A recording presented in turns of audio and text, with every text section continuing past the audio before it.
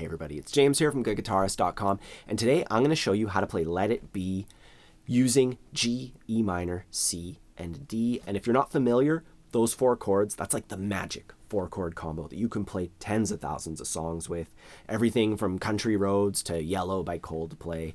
I'll put some examples down below in the description if you're curious, and I have like a page on my site about it. This way, we can do some things like the two-finger trick, where we leave down two fingers the whole time. So if this could be one of the first songs you learn on guitar, or maybe you're already pretty familiar with the chords, and we can do the normal ones, focus on the strumming, on the singing. You know, we're going to go over all that in this lesson. Really quick before we get started, I have a free ebook. It's free for all my subscribers. I'll put a link in the corner. It's an excellent reference for everybody to have for guitar, for the chords, strumming, learning songs, a little bit of theory. It's all in there, completely free. I also have a course, Learn Guitar Once and For All, which is designed to take you from absolute beginner to confident strummer. We'll talk more about that a little bit later. Now let's jump right in. For the chords here, we're gonna do something that I call the two-finger trick, and that's where we leave our pinky and ring finger down the entire time. My pinky's on the 3rd fret of the thinnest string, my ring finger is on the 3rd fret of the B string, and we can make all our chords based off of this. So for the G chord, I just put my middle finger down on the 3rd fret of the thickest string, and my index on the 2nd fret of the A string. You know, and then from there, C, we just move our fingers down one string each. That's the C chord. You know, that's such an easy switch, right? For D, we move down one more time. My index is on the G string, and my middle finger, I remove it. And the other one is E minor, where my index is on the 2nd fret of the A string, and my middle finger is just underneath it. And in the context of the song, like I'll just show you the first start of the progression. We go G, D, E minor, C. So I recommend practicing your chord shapes as you do that progression, going G to D. You could go back and forth between them a few times. You could even go strum, switch, strum, switch, back and forth. Or you could go through all the chords going G, switch, D, switch, E minor, switch, C, switch, and just doing that over and over again. You know, it's a great way to get into the chord progression and into the chord switching, I mean. And I'll just show you the rest of the verse progression. You know, so we do that strum switch thing. You could do it through there. You could even go 1, 2, 3, 4, 1, 2, 4 downstrokes per chord once you're ready. It's kind of like an intermediary step between the chords and the strumming pattern.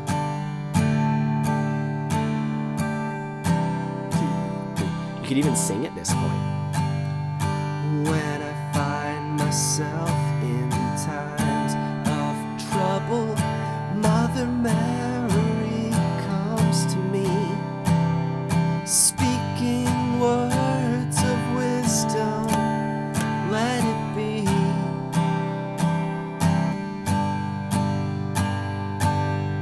And you know, just do that with downstrokes and work on the chord transitions. And once you're ready, we can add some strumming to that. For this one, I would go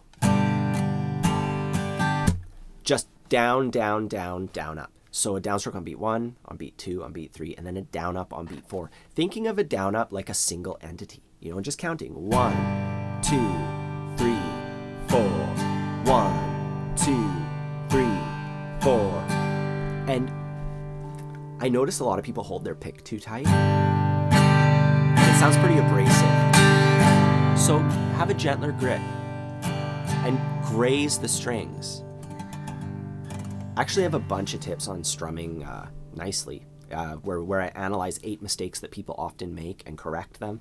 I'll put a link to in the corner. That's a lesson here on YouTube that you should definitely check out if you want your strumming to sound smoother. Anyways, we take that pattern and we play it one time on each chord shape.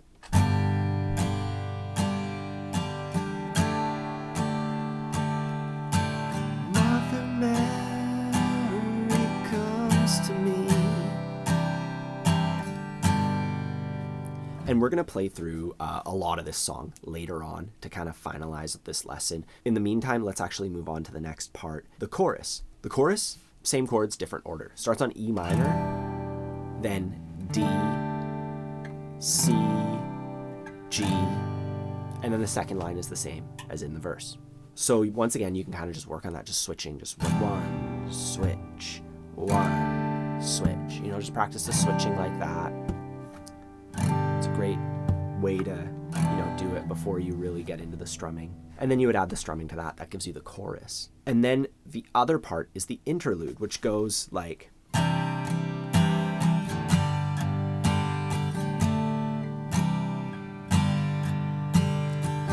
And that happens after the second chorus. So for that part, we're just strumming C one time with our pattern, G with our pattern one time, and then on D we just go 1, 2.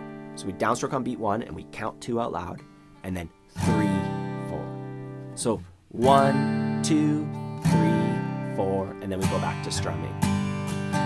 And that is it. You know, in terms of the construction of this song, it's pretty straightforward. And now I think the best thing we can do is play through it together nice and slow. If you're not ready yet, just watch and see how it goes. I'm going to kind of have some graphics to help you along and see how this all fits together. I have a metronome going at 92 beats per minute. That's going to make sure we stay slow and steady. 1, 2, 3, 4.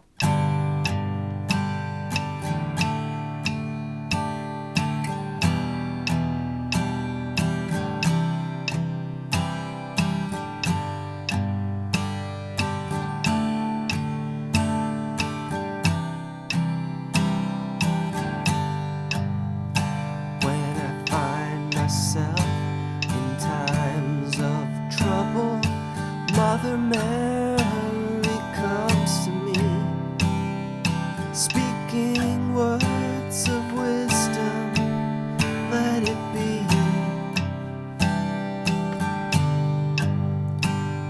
And in my hour of darkness, she is standing right in front of me, speaking words of wisdom, let it be,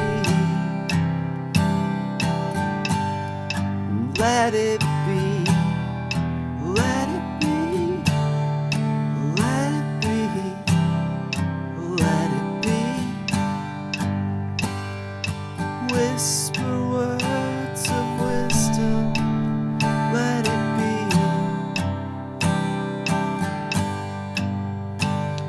And when the broken-hearted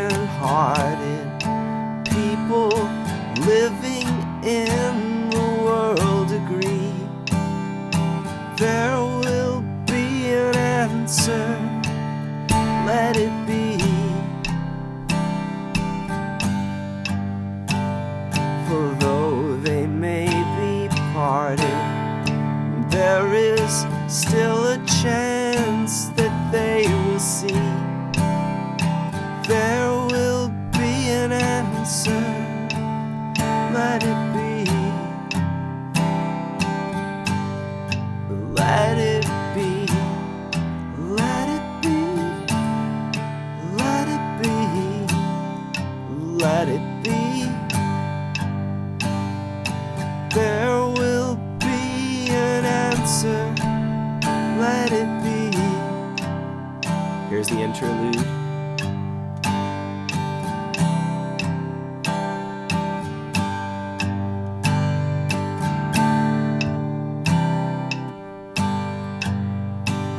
One more time.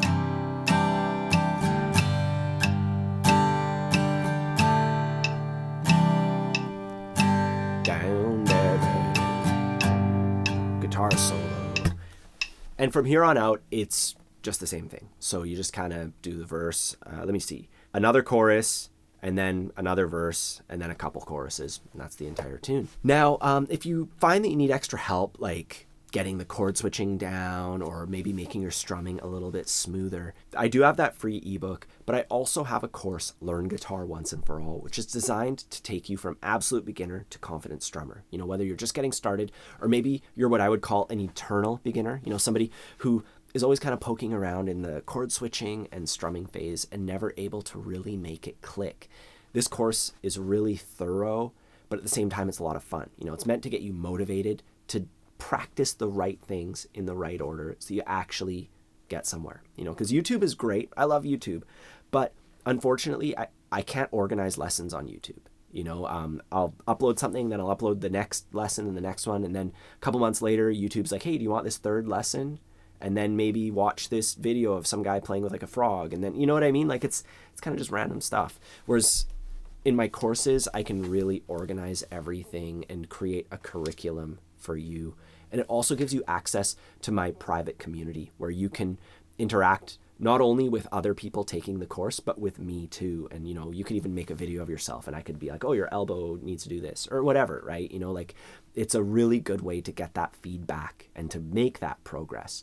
So I highly recommend checking that out. Otherwise, you're free to just keep learning guitar here with me on YouTube if you enjoy my teaching style, you know, so please subscribe to the channel, like the video, do all that. I really appreciate it, you know, for watching the video this far. I do appreciate your support in that way. With that said, have a fun time practicing. Don't forget to ask for any help in the comments down below, and I'll see you soon.